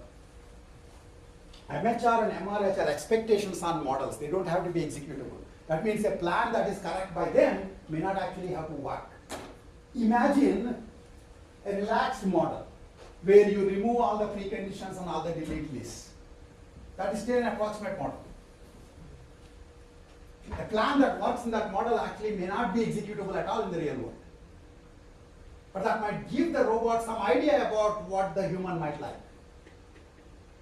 So it has two things. One, it actually needs to execute the plan it's doing. And two, it wants that plan to be sort of close to what humans might be expecting. Okay, the thing that's guaranteed is that the robot knows its model. I mean, if it's an RL agent, it learns that model. Okay. So, you basically take C pi and distance between pi and pi star MRH, and you take the argument of those. That is the plan. That's what you have to compute. So now it's a slightly costly search problem. Right? So basically, one way of solving this is, okay, no, that I don't need to show this. Oh, I actually lost this. Yeah. So one way of solving this, I wish I had those slides too. Let me see if I have those slides. Yeah. One way of solving this is, maybe I'll actually shift and show you those. Is first of all get the distance functions. Remember, for every plan there is a heuristic previously, right? The heuristic is how far is it from you reaching the goal. Now, for the partial plans, you not only keep track of how far is it from reaching the goal, but how close is it from the kind of plan that the human might be looking at, even at the prefix level or even at the partial plan level. And if you do that, let me see, since I'm actually going into enough detail, let me see if I can show you this.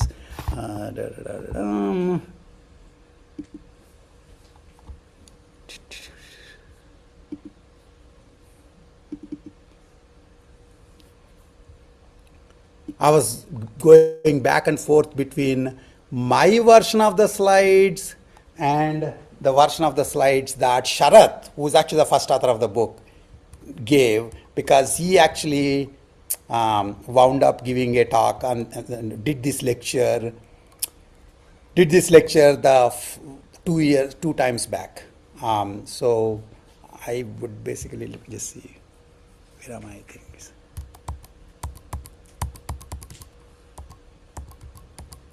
Yeah, so those are the pictures that we are seeing, right?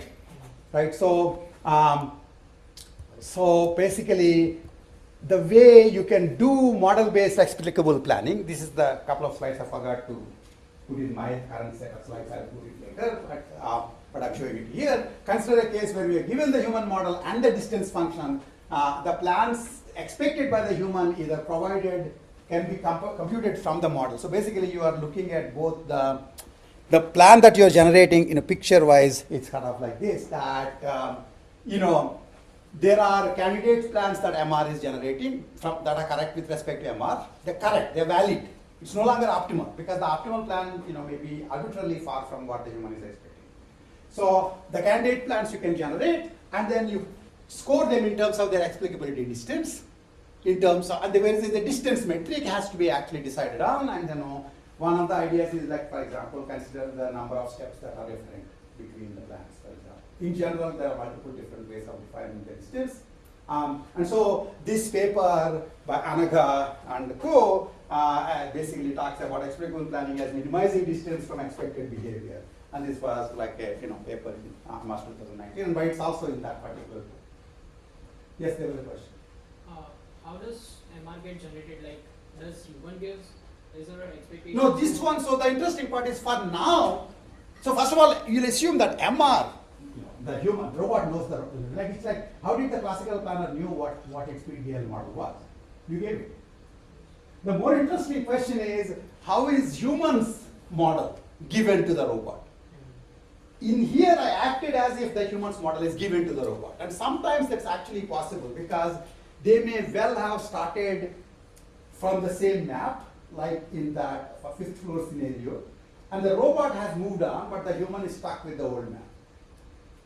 So you can say that the beginning part is the human's map, and then whatever I am doing is my map. And then you have both. But in general, you can also actually try to learn the MRH. That's the next slide. Okay, but If you actually know MRH, then it becomes a pure inference problem. It's no longer learning. It's like if you know MRH, then you are essentially scoring the plans both in terms of how executable are they and how costly are they in their execution versus how close are they to what the human might be generating, according to that model. And to make it very simple, we can assume that this MRH is also some kind of a relaxed medial model. And in fact, this paper essentially uses MRH distance as a part of the heuristic in scoring partial plans, so that it goes towards partial plans that sort of optimizes combined objective, quote unquote, which is both the execution cost and the distance. So you can think of this as some kind of a regularization factor, which is alpha times the distance. And the distance still has to be defined, and there are multiple ways of defining distances. You can say, set difference in the number of actions, or all sorts of things. And in fact, this paper talks about various plan distance metrics. In general, like distance metrics, like distances are very important. If you have distributions, like KL divergence is a distance. If you have sentences, the distance can be represented in terms of like the Jaccard similarity kinds of things. You see what I'm saying? Anyway, so this paper actually looks at multiple different distance metrics and how they this thing. But the bigger point I want you to understand really is this is what you will wind up having to do.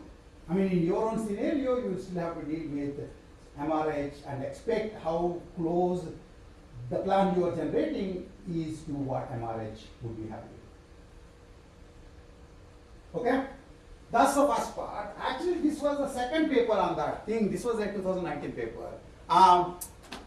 The other one, interestingly, is model-free explicable plan, which is you don't need to actually know MRH directly. You don't need to plan with it. All you need MRH for is to label the robot's plans in terms of how desirable they are.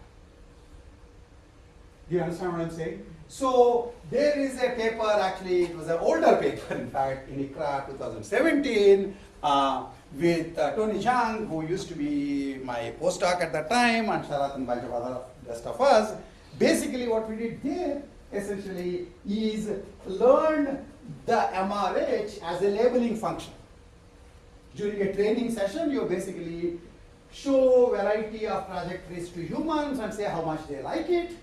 From that, in that particular case, in those days we didn't do, like there was no LLMs, there is no fine tuning, so essentially we were doing conditional random feeds. Conditional random feeds based labeling function, and once you learn the function, you can basically use that function to apply it to any plan that is kind of slowly evolving, and then see how good it is, how preferred it is. So interesting thing is, notice there is also a connection between what's happening here and the whole HTN stuff. Right? Because I said you can think of HTNs as preferences. And so you let the plan generate plans and then planner generate plans and see which of them are consistent with the preferences. So for example, there we were checking that by looking at the parsability of the evolving plan with respect to the task direction schemas. At least that's what I told you. Here, the preference is basically checked in terms of, it's a soft preference, and the preference is checked in terms of the labeling function. Labeling function, this is a good trajectory as of now, this is a bad trajectory. You see what I'm saying? And that will basically also give you. So that sort of answers somebody's question as to where are you getting this other model. I don't need MRH per se, I just basically need what MRH would have done, which is basically to label the plans. If I have the model, then I can compute the distance. If I don't have the model, I can just directly learn the labeling function and then use that to kind of say how good each of them has. You see what I'm saying? Okay. Yeah, so that's basically an entire paper on that. So you get to see basically the original thing was model-free explicable planning, where you learn the model as you learn directly the preference function, because the model MRH is being used as a preference, because the distance from it to the plan that the robot is generating is acting as a regularization on which kind of plans the robot should be looking for. Okay, right? I would not, I mean, he went into other things, so I won't look at it right now. I'll go back to my slides. I'll put those slides back in anyway, don't worry. Where am I?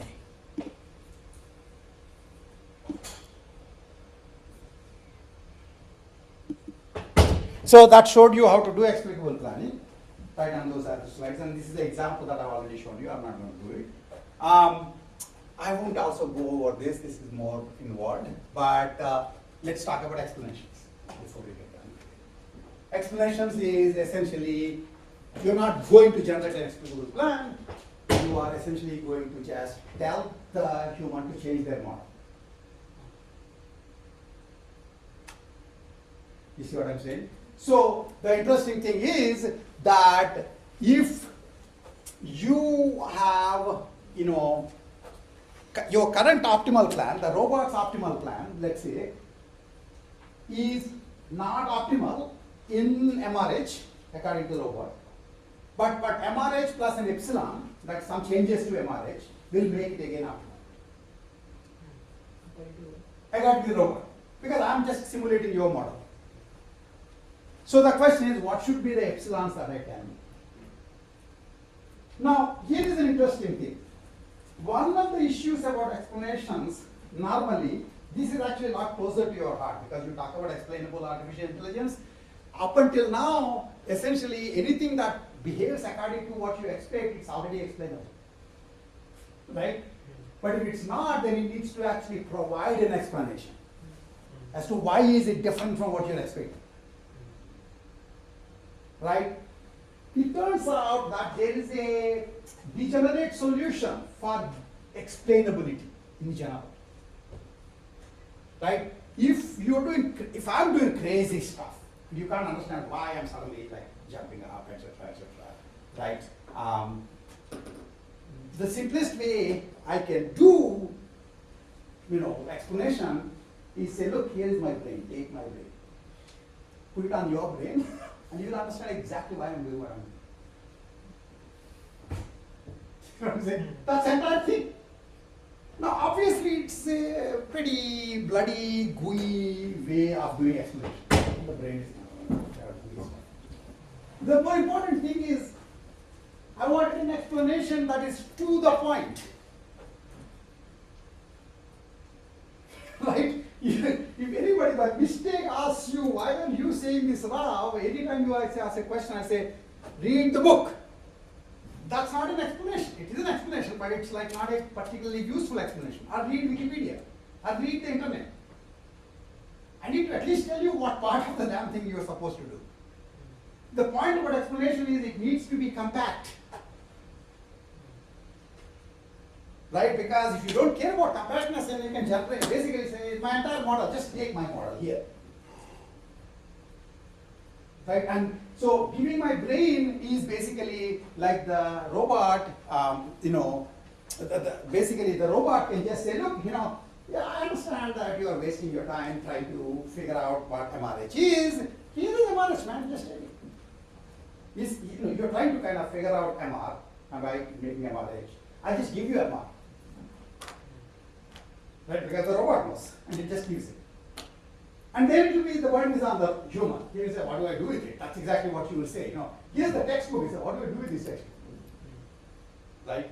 Because, of course, the burden is now on you. The ball is in your court. In general, explanation should be more to the point. You need to make it compact. Should be problem relevant. You expect this. This is part of the thing. In fact, the first chapter of that book, if you read nothing else, you should read the first chapter. That sort of throws into relief what I think are the bigger issues in explainable AI in general. The notion of the types of properties the explanation should have. One of which is compactness. The other is satisfaction. That is, are people happy to hear that explanation? And unfortunately, that is a bad quality, because do you want me to tell you what you want to hear as an explanation, or do you want me to tell you the truth? And this is a big issue with robots, and also with teachers who want to get good evaluations. Right? Basically, I tell you what you want to hear, then you will not be unhappy. You be happy, I be happy, we all be happy. Right? But you should read that chapter for sure, if nothing else. But the second and third and fourth of that book, chapters of that book is not what we're kind of discussing at a high level. So anyway, so in some sense, what you're doing is you're trying to compute this epsilon. So one of the claims to fame from our group at that time, basically this guy called Tathagata and Sarat, basically both of them did this work in HKI 17 as well as HKI 2019. Essentially, you write explanation as model reconciliation. That's all I'm saying. Reconcile your model of my, robot is basically reconciling human's model of its capabilities to be closer to the actual language. So, if there is a search for explanation, where will it be? The search for explicable plans, where was it? In the planning. Right? That's what we did. Instead of searching for the plan that is actually the optimal, we're searching for a plan that is both executable, that is valid with respect to the robot, and also closer to this other model, what other model we have indicated. So the search for explicable plans is a planning search. Search for explanations, on the other hand, cannot be planning search. It's not about plans. We're talking about changing the knowledge. So what would you be searching in the type of? I already actually gave you examples. One dumb idea is give my entire model to you.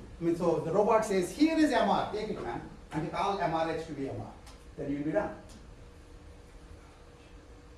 And the question is, which parts of MR should I tell the human, not the whole, but the small parts, such that that would explain to them, if they use that part of the model, and they do planning in their own head, they will not be surprised. Now, obviously, I'm making an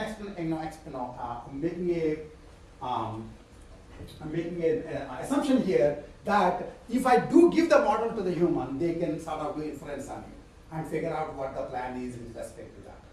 That's a non-trivial thing, actually. Just telling you what the new model is, doesn't right away give you the plan, because humans have cognitive limitations. But as a first order of approximation, that's the way you go about it. And so when you're computing the explanations, the search will be in the space of models. Right? That's how it works. I mean, I could have just shown this, but I just basically made you realize this is what will be happening. Right? So you have the MRH here, you have the MR here, and the search itself is being done by the robot. All the heavy lifting in human AI interaction should be done by the robots. I want to live in a world where robots do stuff, not me. I'm already stuck with you guys. I have to deal with half of the work that you have to do. Why am I going to also deal with robots' interests? So the search is going to be done by the robots. Right? And the robot basically has MRH and MR, and it knows the kind of changes that can be applied. What is the search for the robot model? In the case of PDL kind of a model, what are the model surgery operations? Surgery operations will involve removing preconditions, adding preconditions, removing effects, adding effects, etc. Of course, you can also add actions. Right. That is the search. Do you understand what I'm saying? Again, this is the right way to do it. Is that the way you might generate an explanation of it? Basically, whenever there is a search, you could just do local search approximations rather than do systematic search, in which case there won't be any guarantees. But at least you'll all be in the space of model factoring operations. rather than in terms of in the space of plans. For explainability, it's about the plans.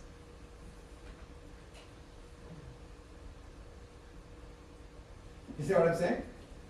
So, so this actually, there's a lot more interesting details about this, that paper. I mean, again, given the amount of time I'm going to spend on this, I'm just going to make you realize that computing explanations is doing this kind of research. It's not really a planning search, it's a model search. Right? Explanations are model differences. And so explanation as model reconciliation. And so, in fact, the title of that paper is Beyond Explanation as a Solid Argument.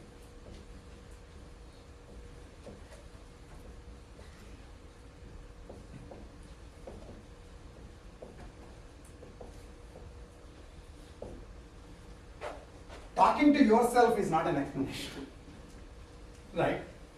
I mean, that's what boring teachers would do, talk to themselves as well as the board, because board is very nice. It doesn't have that. Don't look at you at all. As you look at people, then you realize that they don't actually care for this thing, right? But explanation is not about talking to yourself or talking to the board. It is talking to you, changing your model. That's true whether I'm teaching, whether you are cooperating with somebody, anything. Basically, it's about other people's mind, not about your mind. Explanations are about other people's mind, which also explains why, in fact, there are all sorts of interesting ways you can extend this. If, in fact, there are multiple humans in the loop, each of them are suppressed, and you're trying to explain to them. You do different searches, one from MR to MRH1, one from MR to MRH2, one from MR to MRH3, and that will be different explanation for H1, H2, H3. There is no simple explanation. There is no one-size-fits-all explanation. If you are surprised, imagine you go to your doctor. I mean, these days, of course, it's not as important because you can just ask Gemini why to go to the doctor. But you went to the doctor and they give you a diagnosis. You say, oh, why doc? Why do you think that I'm about to die in about 10 days? And then say some explanation. But then after you leave, their colleague asks, why did you say that this thing? And they'll give a different explanation. It's not that, assuming that they're not lying, right? The explanations can still be, the jargon that they can use won't even be understood by you. Because you don't understand math, basically medicine and medical jargon. Whereas the human too, which is their colleague, understands. So doctors provide one explanation to the patient and another explanation to their peers. And maybe a third explanation to their bosses. And a completely fourth explanation to the jury when the malpractice suit happens. You understand what I'm saying? That's what explanations are. Explanations are about changing other people's model of what the task is. Yes? Does it matter for this search if this is a post-execution explanation or if this is a pre-execution explanation? This is mostly about post-execution explanation. So the simplest case, again, as I said, that book talks about all the stuff that we did before I moved on, right? And there is, interleaving execution and, explanation parts in that. But I'm just talking about the two extremes. After either show behavior, that is, so the only difference basically is if you are anyway going to show behavior that is optimal to your model MR, you kind of know, even as you are generating that plan, you are executing that plan, that this guy will be in the throes of getting confused, and so you will start talking about it. That's pretty much what happened in the demo case, where it is just yelling at the top of its voice that this particular path is closed, that particular path, this particular path is closed. And by the way, one of the other very interesting questions about this is again where things go even further beyond what you're talking about, which is once you start talking about knowledge,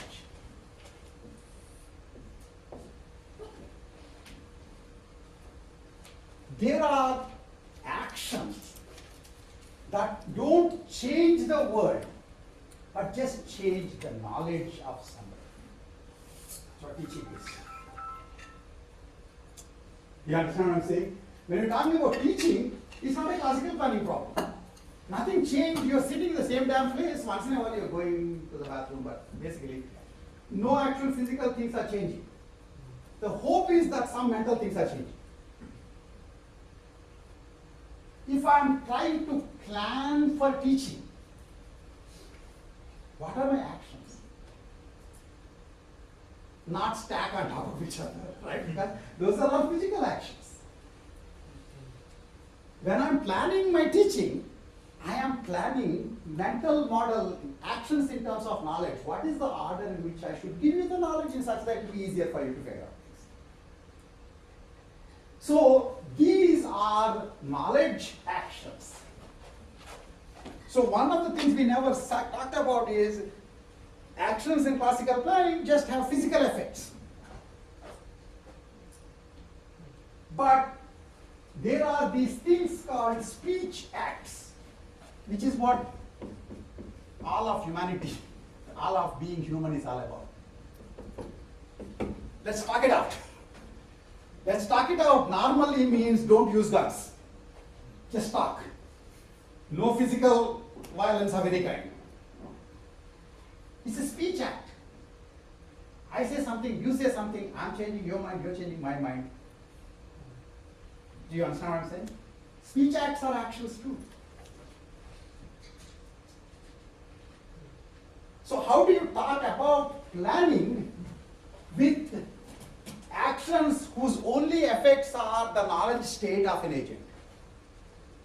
In fact, one of the interesting things is actions can have cause, actions can have causative effects. I mean, it's the world changes. Because, like, for example, I did an action, the one real action I did in the class. Right? It's now standing on each other. I thought it will fall, but it did. But most of the things that I'm doing are speech acts. Knowledge, effect, actions. Just telling you stuff. And in general, are a combination. In general, actions will have combination of effects, both physical and knowledge.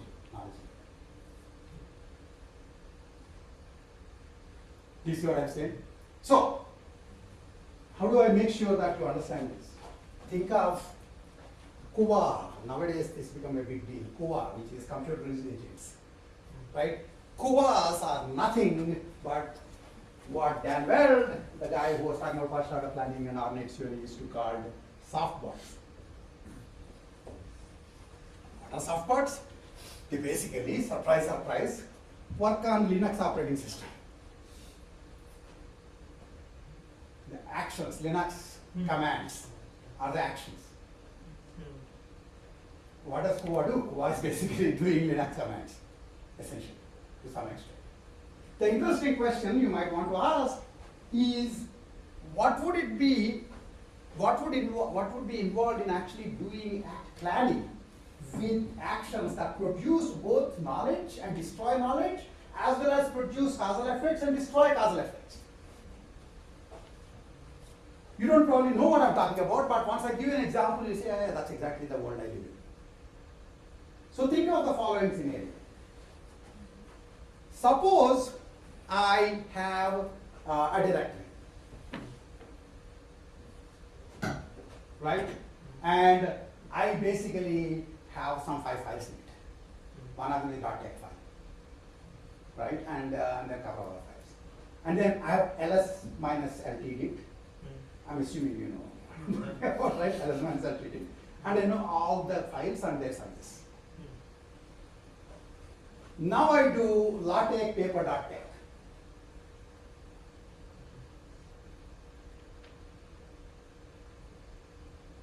have produced new files. But at the same time, my knowledge about everything about the directory is no longer complete. Before, because I did an ls minus lt, I knew exactly what files are there, how many bytes are in each file, etc. Because I did ls minus lt. After ls minus lt, I did a LaTeX. You might say, oh, I know, LaTeX basically produces like the .dvi file or .pdf file or .bib file, etc. Maybe you know those files, but you don't know their sizes. So you lost knowledge. By doing an action, you lost knowledge. You see what I'm saying? How do you gain knowledge? You can do ls minus lt. You can also do rm star. That will give you full knowledge. Do you understand what I'm saying? In general, knowledge goals are these beautiful things. What does a goal saying rescue all the injured people supposed to mean? First shoot them and then rescue them. What's wrong with that? If you do that, I'll say, wow, you're reward hacking. It's not reward hacking, this is what you told me. Rescue all the injured people, the more injured people, the better. I mean, haven't you seen this happen? Right? Basically, humans find a way of gaming the system. That's what makes us human. I mean, I'm not born yesterday. I assume that you should be able to game the system and choose maybe not to. Like you make anything, people will find a loophole. And then find out, way of making money off of it before you figure out, oh, I made a mistake. And then I have to come up with a different thing. So people are always reward hacking because you just put the reward, without completely specifying it. And people don't necessarily have to follow your rules. The point about this whole knowledge action business, the reason I brought this up is, first of all, knowledge actions have this whole issue of destroying as well as generating knowledge. When you do ls minus lt, it has no causal effect. LaTeX is a causal effect. It actually changed the files. But it also has a knowledge effect because it destroyed your knowledge of the directory. ls minus lt is completely knowledge effect.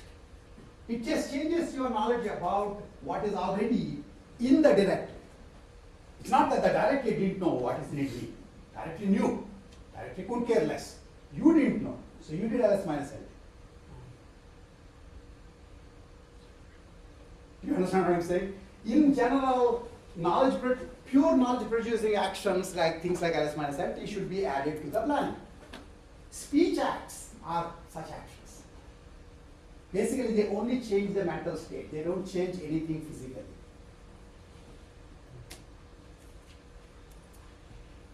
And yet, of course, by changing people's mental state, you can change their behavior. Right? I mean, this is a great part of First Amendment, by the way. Right? I mean, those of you who still care about First Amendment rights, right? The great part of First Amendment right, basically, First Amendment gives you the ability to change people's minds. They, by not hitting them, but talking to them. They could choose not to listen to you. But then the question is, by changing people's minds, you can change their behavior. You say fire in the middle of a full theater, you basically cause chaos. And this is one of the great things that Oliver Wendell Holmes says in one of the rulings of Supreme Court, that First Amendment has clearly delimitations. Because even though you are supposedly only changing the knowledge state, sometimes it directly changes the behavior, too darn obviously. And so those cases are still not really characterized by, are not protected by the First Amendment. So First Amendment protects knowledge producing actions, surprisingly. Now the reason why I say all these things is, explanations are just knowledge producing actions. They don't change anything in the world, they just change the knowledge state.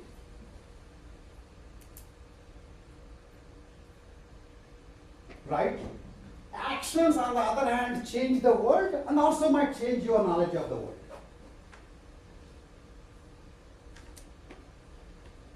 So there is an entirely different kind of planning that we are nicely not talking about, called epistemic planning.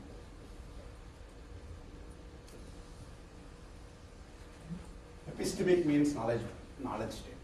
Epistemic planning essentially combines actions that change people's mental states as well as actions that change the actual world. And they open up, that's the planning you and I know about, essentially. Right? Somebody calls you and say, somebody calls you over the phone. I mean, this is actually one of my things that I was saying that, like, imagine having a exercise, you want to lose weight, so forth, so you have some guy who basically is going to make you do exercise. Normally you go in front of them so that they can glare at you if you don't do exercise. So you find a better way, which is phone-based exercise. So they'll get on the phone, they'll say, Rao, now do 10 crunches. And that's, okay, done. How do they know whether I did it or not? It is true that if I actually did it, I would have produced those sounds probably. But I can just produce the sounds and cut the middleman out, the actual doing part out. You manipulate people's knowledge all the time. Epistemic planning essentially is manipulating both people's knowledge and what is actually happening in the world. The entire Normandy invasion is an epistemic planning. Because they made Germans think that they will be landing everywhere other than Normandy. And then they were surprised when they actually came to. Remember, by the way, the whole entire surprise thing, if you want to cooperate with the human, you don't want to surprise them. But if you want to be you have an adversarial relation with them, then you want to surprise them. You want to catch them off guard. But the answer is the same. So in fact, the same Anaga who wrote that paper, not the one that I showed you earlier, the one, remember the one with distance between the plans that planner produces and what MR is existing. That was her earlier paper, 2019 honors paper.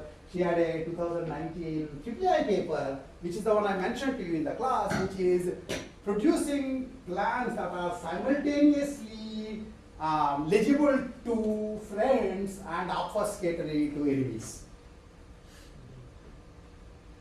Basically, by playing with the observation model, you can signal to your friends what you are actually doing, and you can mislead the enemies. And if you are surprised that such a thing is possible, welcome to the world. This is what we do all the time. Much of war is exactly that.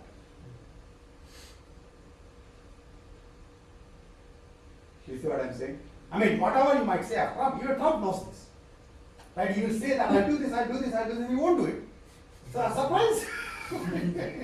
But if he does it enough number of times, there would be various types of Mexican food stuff that is applied, essentially.